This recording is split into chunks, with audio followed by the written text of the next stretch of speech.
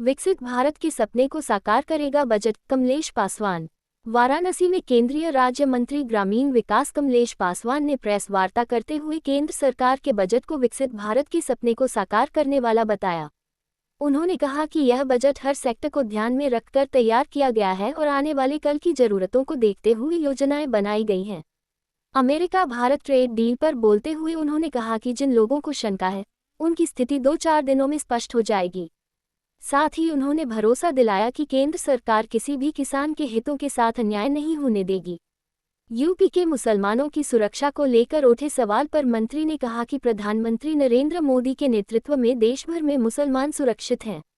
UGC मामले पर उन्होंने कहा कि मामला सर्वोच्च न्यायालय में है और जो भी निर्णय आएगा, उसका सभी को सम्मान करना चाहिए। आगामी 2027 विधानसभा चुनाव पर उन्होंने दावा किया कि बीजेपी तीसरी बार प्रदेश में सरकार बनाएगी। काशी वार्ता न्यूज से जुड़े रहने के लिए सब्सक्राइब और लाइक करें।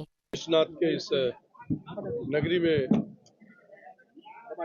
केंद्रीय बजट के ऊपर चर्चा करने के लिए मैं आया, जो पिछले 1 फरवरी को हमारी देश की एफएम ने बजट प्रस्तुत किया और ये बजट विकसित भारत के सपने को पूरा करने वाला बजट है। आदरणीय प्रधानमंत्री मोदी जी के नेतृत्व में जो ये बजट तैयार हुआ है वो विकसित भारत के सपने को पूरा करने वाला है। इस बजट में इंफ्रास्ट्रक्चर, मैन्युफैक्चर और मेडिकल, रेल कनेक्टिविटी, हवाई कनेक्टिविटी को कैसे हम विस्तार कर सकें, ये भविष्य को ध्यान में रखते हुए इस बजट को तैयार किया गया और उसी को लेकर मैं आप सब लोगों के बीच में उपस्थित हूँ। मंत्री जी, अमेरिका और भारत के बीच ट्रेड डील इस समय काफी चर्चा में है और उसको एग्रीकल्चर के लिए बड़ा खतरनाक बताया जा रहा है कि जो भारत के किसान है वो पूरी तरीके से खत्म हो जाएंगे। कृषि को लेकर भारत ने कॉम्प्रोमाइज किया है। देखिए, आदरणीय पीयूष गोयल जी ने इस पर अभी कल ही ट्वीट किया है। जो देश की परेशानी है, जिन लोगों को जो शंका है, मुझे लगता है कि 2-4 दिन के अंदर उस शंका को हम दूर भी करेंगे और ये हित आदरणीय प्रधानमंत्री मोदी जी किसी क्षेत्र में किसी भी प्रकार का, ये मैं दावे के साथ कहता हूँ कि केंद्र सरकार किसी क्षेत्र में किसी भी प्रकार के किसानों का हित नहीं होने देगी। अमेरिका की तरफ से लगातार इस बात को लेकर बयानबाजी आ रही है कि उनका एग्रीकल्चर जो सेक्टर था वो पूरी तरीके से भारत में अब उनके सामान जाएंगे और उन्होंने अपने अगर मैं उनकी बात नहीं कर सकता, मैं अपने नेता की बात करना चाहता हूँ। आदरणीय प्रधानमंत्री मोदी जी भारत के किसानों का अहित किसी भी सूरत में नहीं होने देंगे, ये मुझे पूरा विश्वास है। आने वाले समय में डॉक्यूमेंट सामने नहीं आ रहा है, वो मैंने कहा कि 2-4 दिन का समय दीजिए। अभी कल की बात है कि आदरणीय पीयूष गोयल जी ने इस पर वक्तव्य दिया है और आने वाले 2-4 दिन के अंदर पूरी स्थिति साफ हो जाएगी।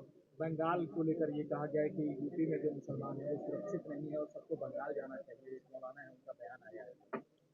आदरणीय प्रधानमंत्री मोदी जी के नेतृत्व में पूरा भारत सुरक्षित है और पिछले 11 वर्षों में जब से आपने देखा होगा, जब से उस देश की भागदौड़ उन्होंने संभाला है, किसी भी क्षेत्र, चाहे हिंदू हो, चाहे मुस्लिम हो, चाहे सिख हो, चाहे ईसाई हो, सब लोग सुरक्षित और हमारा देश तरक्की के रास्ते पर चल रहा है, मजबूती के रास्ते पर चल रहा है, विकसित भारत के रास्ते पर चल रहा है। कौन क्या बयान दे रहा, मुझे लगता है ये उस पर ध्यान देने की जरूरत है। आप जिस बनारस में हैं वहाँ पर लगातार पिछले 3 दिनों से यूजीसी के सपोर्ट में छात्र समर्थन हो रहा है, आपकी क्या राय है?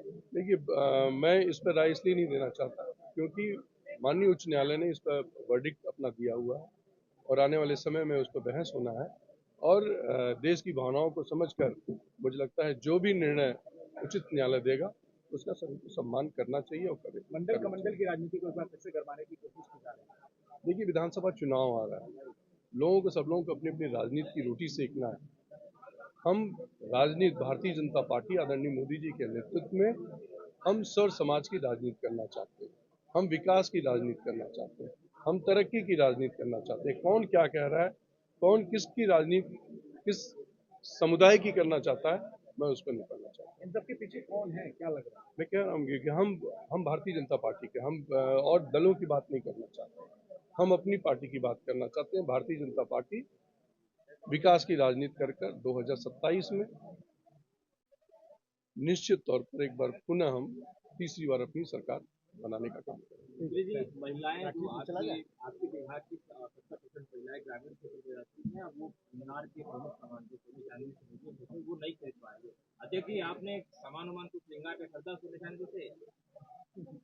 हाँ हाँ, महंगाई की वजह से वो भी नहीं खरीद पा रही, तो सोचिए आम आदमी की क्या बात हो रही थी। उस पर कुछ रियायत की उम्मीद थी लोगों को, लेकिन मिल नहीं पाई। रियायत देखिए, मैं ये कह सकता हूँ कि आप, मैंने पहले कहा, ये बजट जैसे हर साल कई वर्षों से हम लोग बजट देखते हैं। मैं भी करीब, ये मेरा चौथा टर्म है। हम लोग बजट में क्या देखते थे? हम लोग बजट में टैक्स में छूट मिला कि नहीं मिला, हमें क्या मिला, हमारे शहर को क्या मिला। लेकिन कभी कोई व्यक्ति, मुझे लगता है कभी पहली बार ऐसा बजट आया है जो आने वाले कल के लिए सोच के बजट कर। मैं ये कह सकता हूं कि आने वाले समय में जितनी भी शंकाएं लोगों की हैं, जब धरातल पर जब काम होना चालू होगा तो लोगों की शंकाएं अपने आप दूर हो जाएंगी। आज का त्याग करते नहीं, मैंने ये नहीं कहा कि मैंने त्याग कर लिया। पहली बार ऐसा हुआ आजादी के बाद, मेरी एक बात पूरी हो जाने दीजिए। पहली बार ऐसा हुआ है कि 1 लाख रुपए कमाने वाले के ऊपर टैक्स नहीं लगता। पहली बार ऐसा हुआ। ये छोटा रिबेट नहीं। आदरणीय प्रधानमंत्री मोदी जी ने, मध्यम वर्ग हो और चाहे मिडिल क्लास के लोग, चाहे गरीब लोग, मतलब 1 लाख रुपए कमाने के ऊपर 1 रुपए भी टैक्स नहीं। ये बहुत बड़ी बात है। चलिए, धन्यवाद आपका।